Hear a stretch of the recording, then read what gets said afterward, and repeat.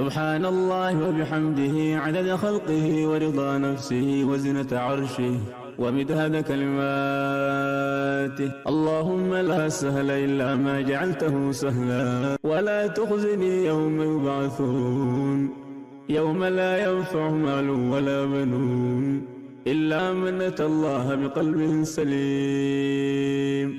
asalaamu calaykum waraxmatullaahi wabarakaatuh. kulanti wacan wanaagsan idin ahaantiin saaxiibada qaaliga ee ku xiran kanaalkan youtube ee Camel Training. kusoo dhawaada koorsadeeni HTML oo haddii aan la idmo maanta aan qaadan doono casharkii 8aad inagoo ku baran doona 3 taag. Taagga koowaad uu yahay qaabka backgroundka loogu bedelo website-ka. taagga labaadna uu noqon doono insha Allahu tacaala HTML comment tag loo yaqaan. taagga xigana wuxuu ahaanayaa abbreviation waa taag isna la isticmaalo aynu arki doono shaqadiisa. taagga koowaad haddii aan ku soo laabto inaad website-kaaga background qurux badan aad u sameysaa waxay ka qayb qaadanaysaa bilicda iyo muuqaalka website-kaaga iyo habka lagu soo dhiiranayo in la booqdo. taagga xiga ah HTML comment. taaggan waxa isticmaala oo kaliya web developerska.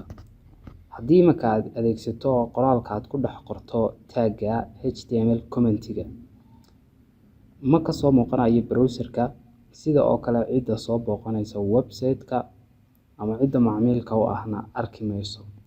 kaliya waxaa arkaya cidda develop gareysay website-kan oo waa qoraal lagu kala qaybiyo codeska website-ka.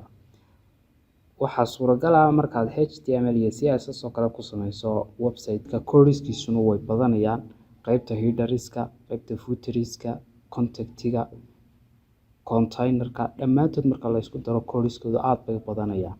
isla markaana ma kala saari karaysid oo way iskaga khaldamayaan codesku. si ay kugu kala saarnaadaan waa inaad isticmaashaa qoraal ah qaybtani waa qaybtii footerka, waa qaybtii headerka. qoraal noocaas aad ku kala qaybinayso. marka qoraal iska caadi ah dad ku qorto qayb walba horteeda website-kiina khalkhal bay ku keenaysaa, browser-kiina waa laga arkayaa. marka si taa xal loogu helo waxaa la isticmaalayaa taaggan loo yaqaano HTML comment oo aan soo muujinayn qoraalkii browser-ka, sidoo kalena website-ka wax khalkhal aan ku keenin. waxa kale u dambeeya taaggan loo yaqaano abbreviation. abbreviation waxaa loo isticmaalaa in erey aad sharaxaad ka bixiso. ereygaas soo muuqanaya sharaxaadiisi way dahsoon tahay, ha yeeshee marka la dul tago sharaxaadiisi way soo muuqanaysaa, sida inaad xarfo soo gaagaabiso oo kale, kadibna wixii loo soo gaagaabiyey aad hoostooda ku sharaxdo oo marka la dul tago ay soo muuqato. iyadana qaabkaas ayaa loo isticmaalaa. taaggan waxaan filayaa badankiinu inaad aragteen applicationada qaarkood sida Photoshop ama Filmora oo kale. marka aad dul tagto option ka mid ah optionada la isticmaalayo waxa uu ku hoos qorayaa optionka waxa loo isticmaalayo shaqadu qabanayo. markaas siyaabahaas oo kalena waad uga faa'iideysan kartaa. web developerskana aad buu caawinayaa. waayahay waxba yaanaan theory kusii dheeraan, tus oo taabsi ayaynu shay walba u sameynaynaa. waxaynu joognaa page-kii aan kusoo sameyn jirnay casharadii hore. casharkan intiinii la socotay waxaan kusoo qaadanay casharkeenii 7aad ee kooraskan HTML. waxaynu ka bilaabaynaa casharkeena maanta sidaynu horeba kusoo tilmaanay habka backgroundka looga bedelo website-ka. waxaynu tegaynaa taagga body ka xidhan ee dambe maaha, waa kan furan. halkaas aynu ka furaynaa din space baxno amar loo yaqaano style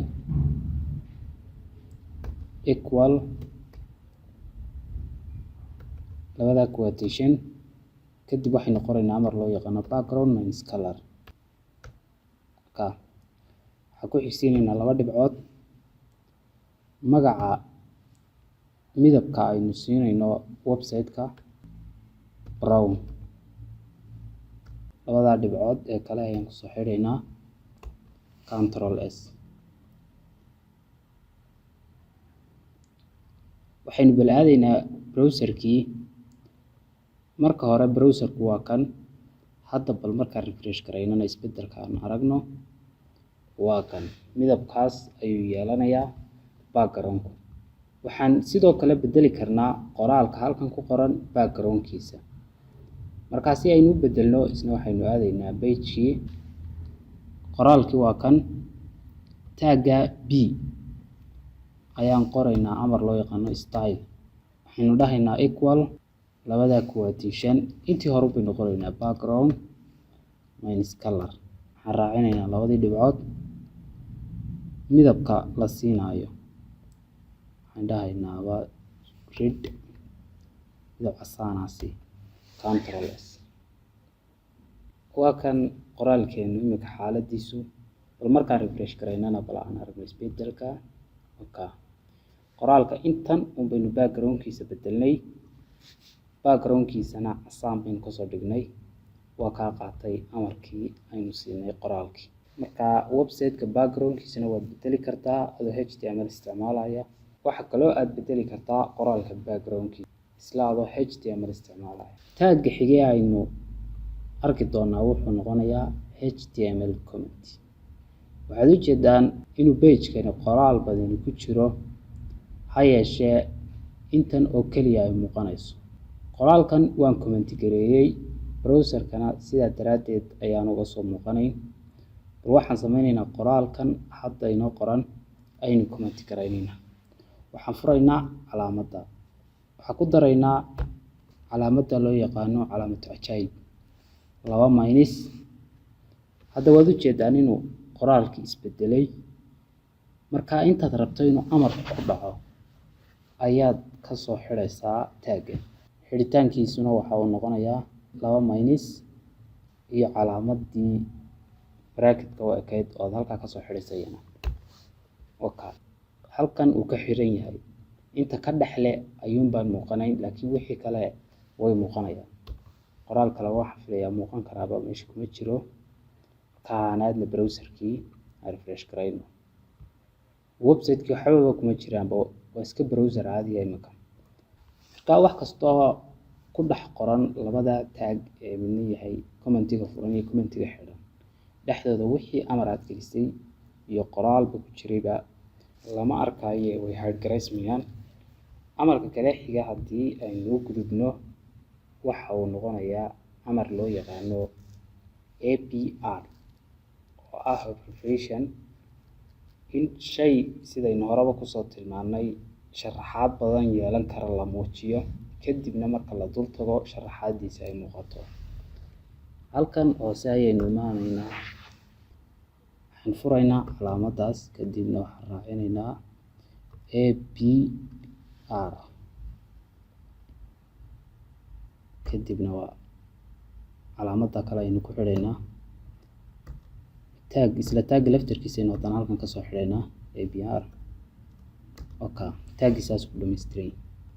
waad imanaysaa labada tag inta ka dhexle waxaad gelinaysaa shayga caadiga usoo muuqanaya indhuhu markiiba qaban karaa. marka soo qaadba k iyo a iyo m ayaan leeyahay, waxa loo soo gaabiyey waan sharaxayaa. markaa kan baa si toosa u muuqanaya, marka la dul tagana sharaxaadda soo bixi doonta xaggan baynu ku qoraynaa. waxaan qoraynaa title, aan space baxo, title equal quotationada,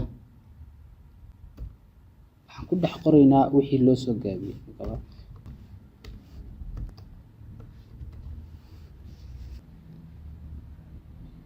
qoraalkaas ayaa dhahayaa waa loo soo gaabiyey.